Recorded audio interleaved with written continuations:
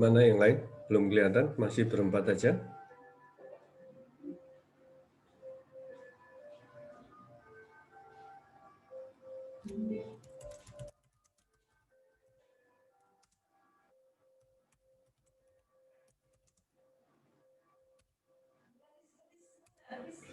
Silakan diisi presensinya ya. Ada di chat itu. Kita mulai aja sambil menunggu yang lain. Kita masuk kepada kuliah keempat kimia dasar ya. Jadi minggu lalu kita sudah membahas berbagai hal bagaimana menentukan rumus empiris. Maka kali ini kita akan membahas terkait beberapa contoh soal dan sedikit pendalaman dari apa yang sudah kita pelajari. Kita ambil contoh soal, jangan dilihat gambarnya dulu, tapi kita lihat contoh soalnya. Tentukan rumus empiris senyawa C6H12O6, misalnya seperti itu. Jadi ada senyawa dengan rumus molekulnya seperti tertulis di sini, yaitu C6H12O6. Ini ya. Kemudian bagaimana kita menentukan rumus empirisnya? Maka seperti yang kita bahas sebelumnya, kita bagi saja mol tertinggi dengan yang terendah. Terendah berapa? 6. Jadi masing-masing dibagi 6 saja. Yang 6 dibagi 6 1, 12 bagi 6 2, kemudian terakhir juga O-nya ini 6 dibagi 6 jadi 1. Jadi kita mendapatkan rumus empirisnya adalah ini. Jadi rumus empiris dari C6H12O6 adalah ini, atau yang sering kita kenal sebagai formaldehid atau formaldehida. Ini contoh sederhana bagaimana kita menghitung dari adanya kita mendapatkan suatu senyawa dan menentukan rumus empirisnya berbasis pada mol terendah. Ini ada 6, 12, 6. Maka kita bagi semuanya dengan yang terendah, yaitu 6. 6 bagi 6, 12 bagi 6, dan seterusnya. Sehingga kita mendapatkan suatu rumus empirisnya CH2O atau formaldehida. Nah, kita lanjut pada contoh soal 2. Suatu senyawa molekul rumus empirisnya CH2O, ya tadi formaldehida. Jika massa molekul relatif Mr, mungkin ini baru Anda kenal sekarang, Mr itu adalah seperti bentuk dari, kalau massa atom relatif itu ditulis AR, maka massa molekul relatif itu Mr. Atau bobot molekul relatif, mempunyai massa molekul relatifnya 15. Ya, 15. Kemudian kita diminta tentukan rumus molekul senyawa tersebut ya apabila massa atom relatif atau AR-nya, massa atom relatifnya AR-nya adalah H1, C12, dan O16. Lama-lama Anda akan hafal massa atom relatif hidrogen itu 1, karbon 12, dan oksigen 16. Jadi kita diminta tentukan rumus molekul senyawa tersebut. Jika MR-nya atau massa molekul relatifnya 150. Saya tambahkan catatan, rumus molekul adalah rumus atom yang jumlahnya kelipatan dari rumus empirisnya. Kita sudah tahu rumus empirisnya CH2O, kita tapi belum tahu rumus molekul senyawa tersebut. Nah, sebelum kita menjawab rumus molekul senyawa, tentukan dahulu massa molekul relatifnya. Massa molekul relatif CH2O berapa? Ya, tinggal masing-masing. C-nya 12 kali 1, hanya 1, ya, kali 2, tentu saja karena ada duanya. Kemudian oksigennya massa atom relatifnya 12, 1 kali 16, 1 kali 16. Jadi 1 kali 12 plus 2 kali 1 plus 1 kali 16. Jadi 1 kali massa atom relatif karbon yang 12 plus 2 kali massa atom relatif hidrogen 1 plus 1 kali massa atom relatif oksigen yang 16. Jadilah kita mendapatkan 30. Nah, selanjutnya kita tentukan nilai N-nya. Nilai N-nya itu tadi ditentukan adalah jumlah kelipatan dari rumus empiris. Maka kita mendapatkan 30 kali N, 30 kali N, ya, 30 kali N sama dengan 150. 150-nya apa? 150-nya adalah massa molekul relatif. Jadi N sama dengan 5. Sehingga kita bisa mendapatkan rumus molekulnya adalah ini. Rumus molekul adalah N kali rumus empirisnya. N-nya adalah 5, maka rumus molekulnya adalah C5H10O5. Jadi tadinya rumus empirisnya CH2O dikalikan kelipatan N tadi, kalikan 5 menjadi C5H10O5. Sederhana. Itu ya. Ada pertanyaan? Enggak, Pak. Enggak, Pak. Ada yang berkata Google Form-nya nama tidak bisa untuk menuliskan nama. Apa ini? Abdullah Hasan Dava mengatakan Google Form tidak bisa untuk menuliskan nama, Pak. Benar? Benar, Pak. Bentar. Jangan-jangan aku salah ya. Saya tak lihat dulu. Oh, iya, Pak. Ya. Harus saya perbaiki ya. Bentar. Tak perbaiki sebentar.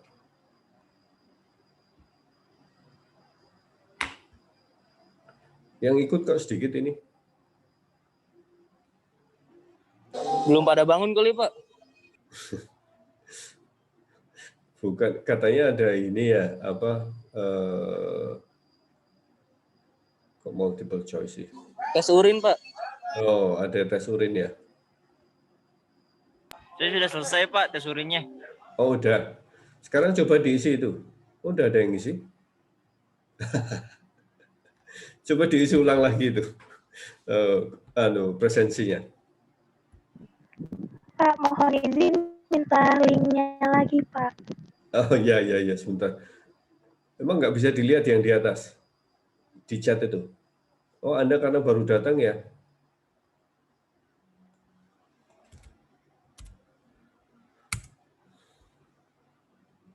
Ini kok ada si Mebi Sulaiman, ini isinya berapa orang itu? 1, 2, 3, 4 itu nggak kena COVID itu nanti. Sudah diisi?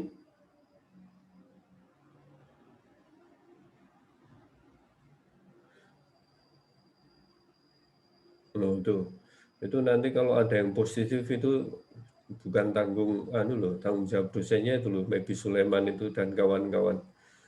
Sambil makan apa itu?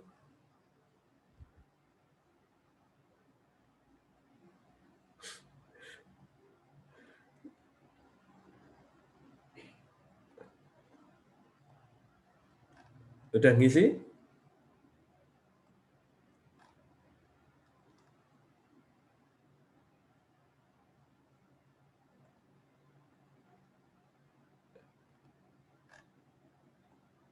Udah isi ya? Oke. Masih 6 orang. Oke. Kita lanjutkan.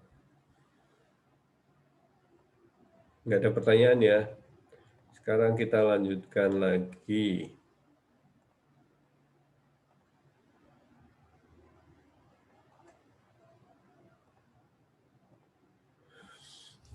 Kita coba melengkapi persamaan kimia dan stoikiometri. Jadi kita tambahkan beberapa hal konsep atau pemahaman apa itu stoikiometri. Di sini ditulis reaksi kimia merupakan reaksi yang berlangsung secara spontan. Jika suatu senyawa yang mengandung ion negatif direaksikan dengan senyawa lain yang mengandung ion positif, maka ion-ion tersebut bisa saling berikatan. Nah, biasanya ikatannya seperti di sini, NaOH plus HCl jadi NaCl plus H2O, H2SO4 plus KOH, K2SO4 plus H2O. Stoikiometri adalah ilmu kimia mempelajari tentang kuantitas suatu zat yang meliputi massa, jumlah molekul, volume, dan jumlah partikel. Saat mempelajari stoikiometri, kita akan selalu bertemu dengan koefisien. Apa itu koefisien? Koefisien merupakan bentuk perbandingan mol, volume, atau jumlah partikel.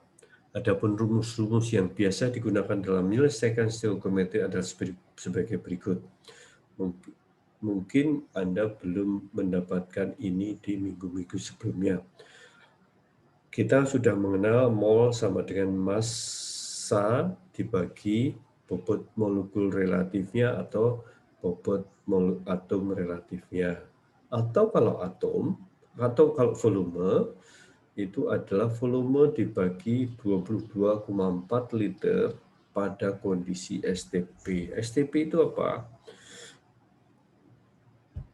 STP adalah suatu kondisi standard condition for temperature and pressure, istilahnya singkatannya.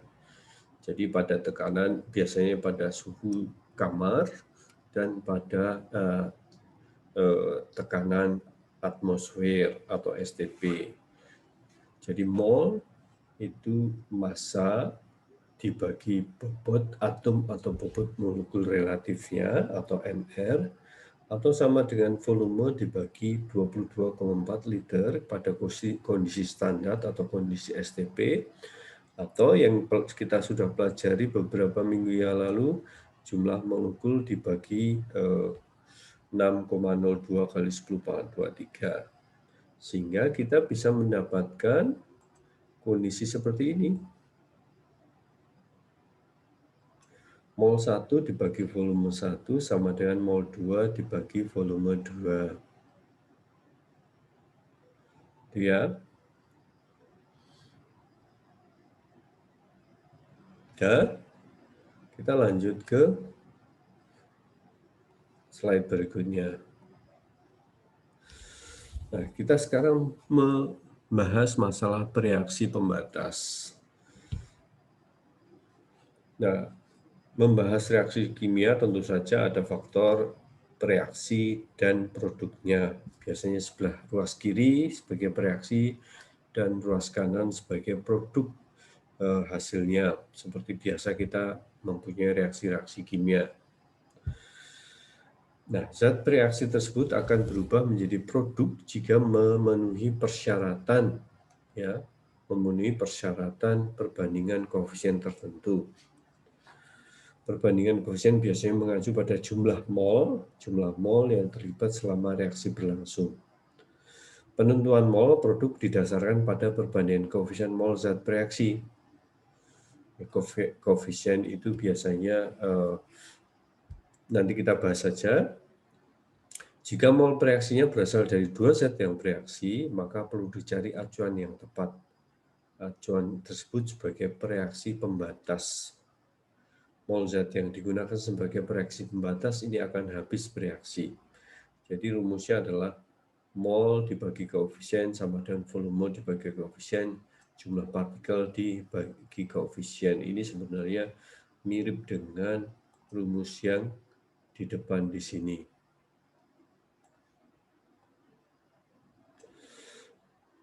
Tapi untuk jelasnya kita coba selesaikan soal berikutnya. Tapi sebelum itu saya akan menyampaikan apa itu senyawa hidrat atau air kristal.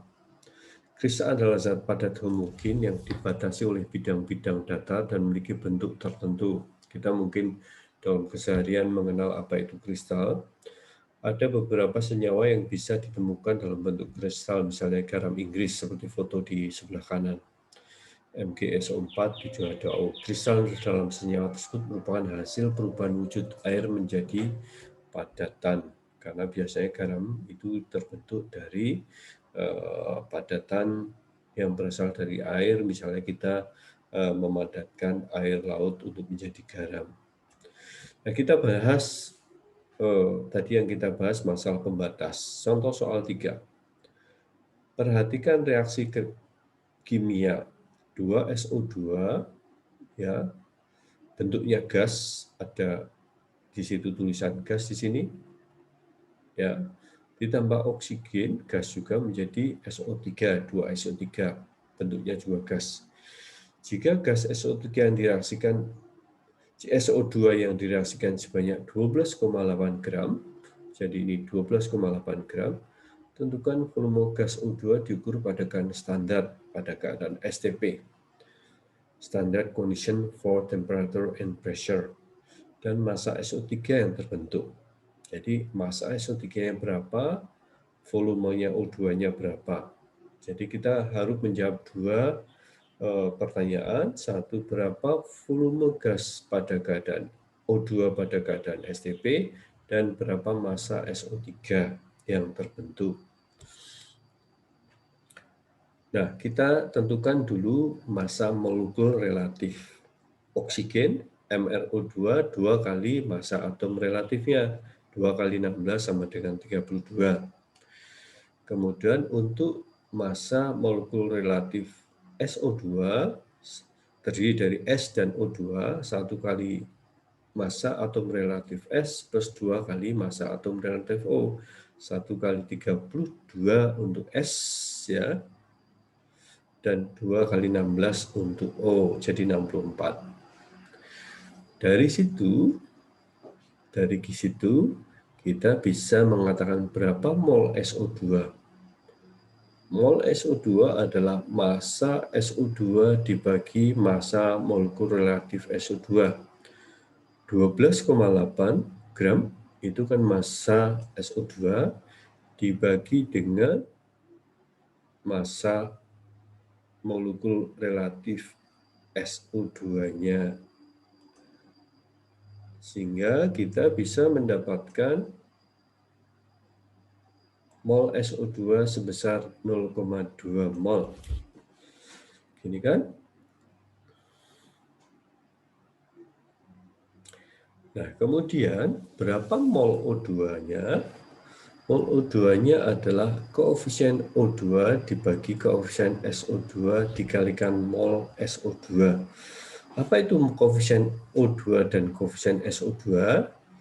Maka kita bisa mendapatkan, sini, bentar saya tunjukkan. Koefisien O2 itu ada di sini. Tidak ada tulisan 1, tapi ini menunjukkan angka 1. Koefisien SO2 itu ini, 2. Itu ya. Jadi koefisien O2 itu di sini. Koefisien SO2 itu ada di sini. Meskipun di sini tidak ditulis 1, 2, atau 3, ini kalau tidak ada tulisannya berarti menunjukkan 1 untuk O2, koefisien O2-nya, 2 untuk koefisien SO2. Sehingga kita bisa mendapatkan 1 dibagi 2 kali 0,2, sehingga kita bisa mendapatkan mol O2-nya 0,1.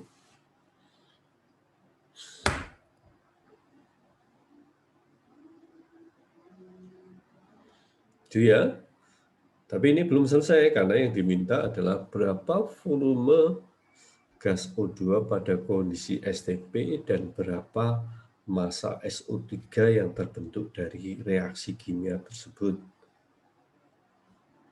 Kita lanjutkan, kita sudah mendapatkan mol masing-masing SO2 dan O2. Nah, volume O2 pada kondisi STP kita bisa dapatkan menggunakan rumus ini. Volume O2 pada kondisi STP adalah mol kali 22,4 liter. Dari mana itu, Pak? Mungkin Anda akan bertanya, dari mana kok ada rumus seperti itu? Coba kita perhatikan. Anda sudah belajar sebelumnya di sini.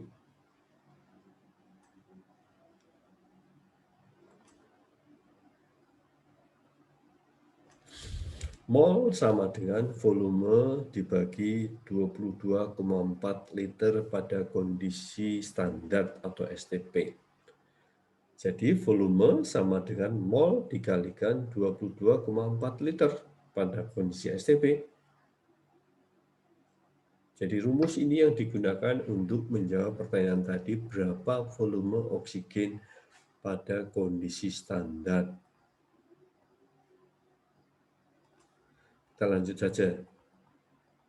Sini kan, volume O2 pada kondisi STP sama dengan mol kali 22,4 liter. Sehingga kita mendapatkan volume O2 sama dengan 2,24 liter. Tuh. Untuk mencari massa SO3 yang terbentuk, kita juga harus mencari massa molekul relatif dan mol gas SO3. Kita tadi sudah mendapatkan mol dari masing-masing bereaksi SO2 dan O2. Sekarang SO3-nya berapa molnya? Pertama, kita tentukan massa molekul relatifnya. Massa molekul relatifnya kita menghitung dengan cara ini. 1 kali massa atom relatif S per 3 kali massa atom relatif O. 1 kali 32, 32 dari mana? Itu massa atom relatif sulfur atau S plus 3 kali 16. 16 adalah massa atom relatif O. Jadilah kita dapatkan 80. Ya, dapat 280 massa molekul relatif SO3. Sehingga mol SO3-nya adalah koefisien SO3 dibagi koefisien SO2 kali F mol SO2.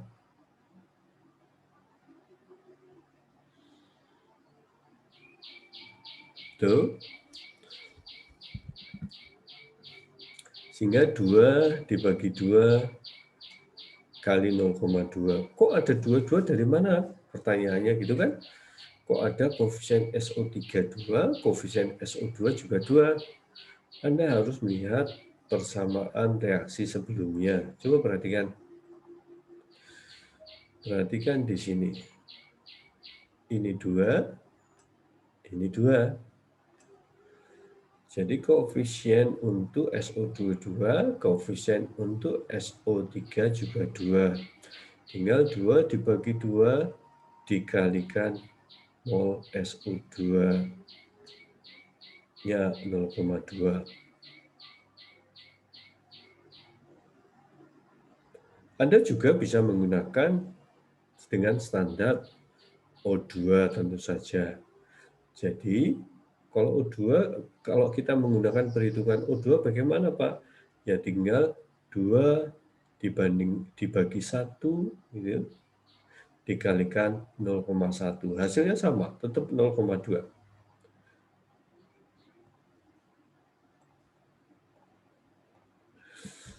Ya, kita mendapatkan mol SO3 adalah 0,2. Nah, yang diminta untuk dicari adalah massa gas SO3. Massa gas SO3 yang terbentuk, maka mudah saja, tinggal Anda menggunakan mol SO3 yang kita dapatkan dari sini,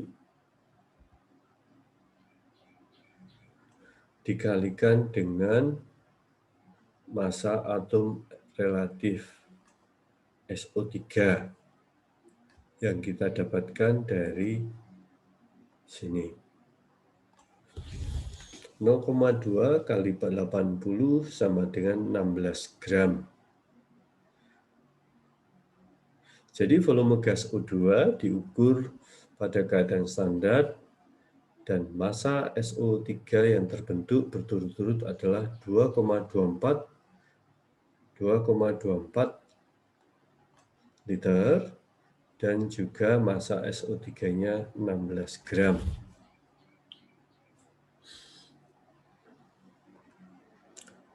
Ada pertanyaan? Tidak, Pak. Tidak ya, tapi sebelum lupa saya bagikan saja, karena minggu lalu saya lupa untuk memberikan materinya ya. Anda boleh sebentar saya convert dulu ini ke mana tadi? Ke PDF dulu aja kali.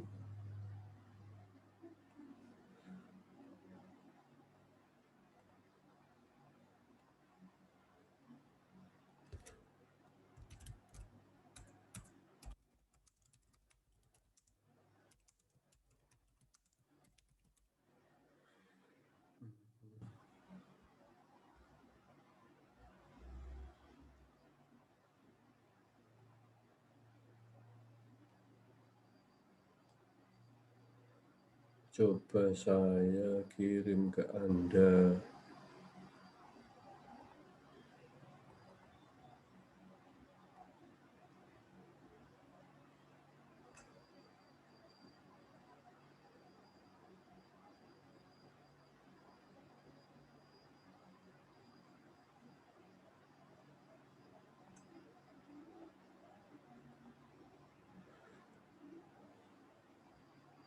Moga-moga diterima di situ ya.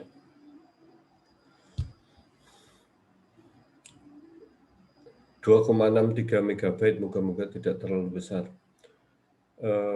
Itu saya ulang sekilas sekali lagi, semoga Anda tidak kebingungan dengan materi ini.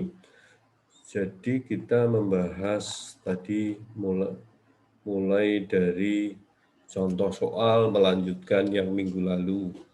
Tentukan rumus empiris senyawa C6H12O6. Kalau ada molekul seperti ini, maka kita tinggal membagi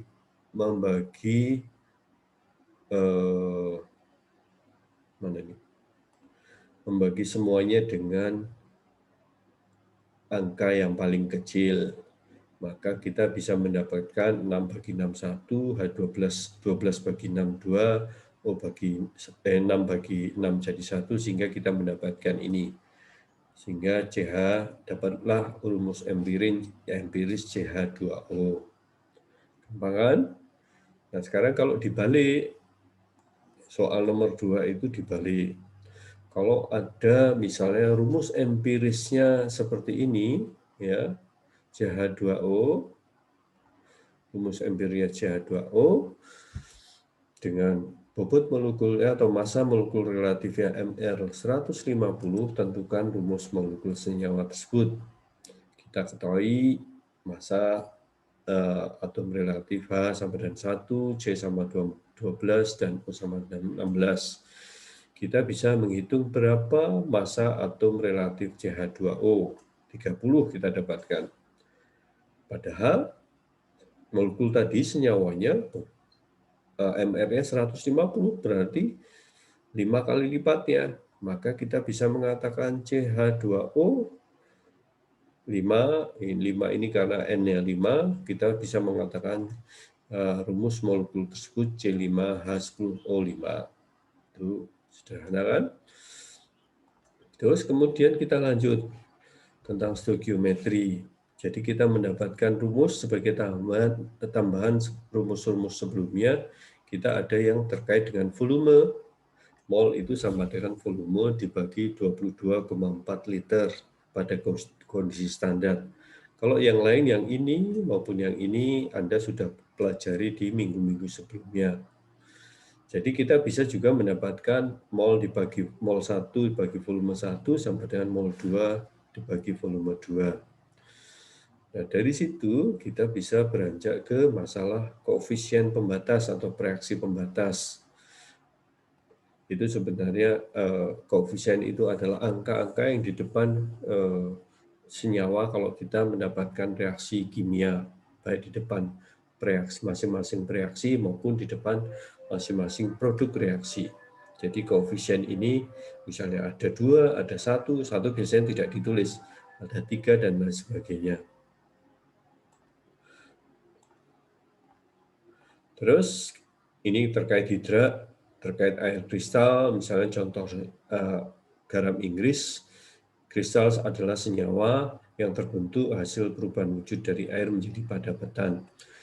Contoh nomor 3, ini berhubungan dengan gas, kita membahas volumenya berapa, ada suatu reaksi kimia antara SO2 dengan oksigen menjadi SO3. Kita diminta menghitung berapa volume gas O2 pada keadaan standar. STP itu apa? Standar condition,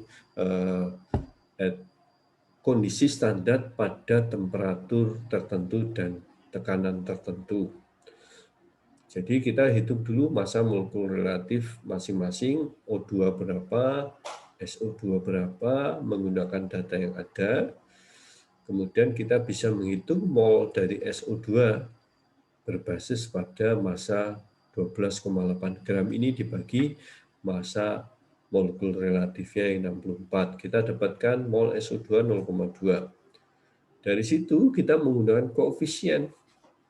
Koefisien O2 berapa? Koefisien O2 kalau kita dapatkan, ya koefisien O2 itu adalah ini.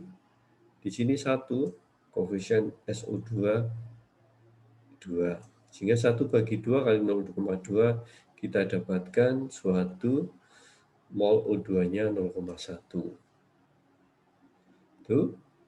Dari situ kita lanjutkan ke mencari volume O2-nya pada kondisi standard condition for temperature and pressure. Maka volume O2 pada STP mol kali 22,4 liter, kita dapatkan volume O2-nya 2,24. Untuk mencari massa SO3 yang terbentuk, kita juga harus mencari massa molekul relatif dan mol gas SO3.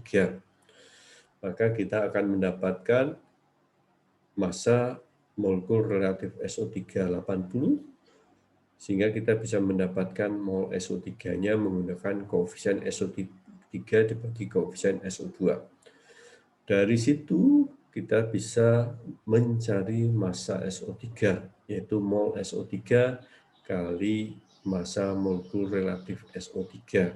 Massa molekul relatif SO3 itu 80, mol SO3 itu 0,2, sehingga massa SO3 16 gram. Kesimpulannya, kita mendapatkan 2 jawaban, volume O2 pada kondisi STP 2,24 dan massa gas SO3 16 gram.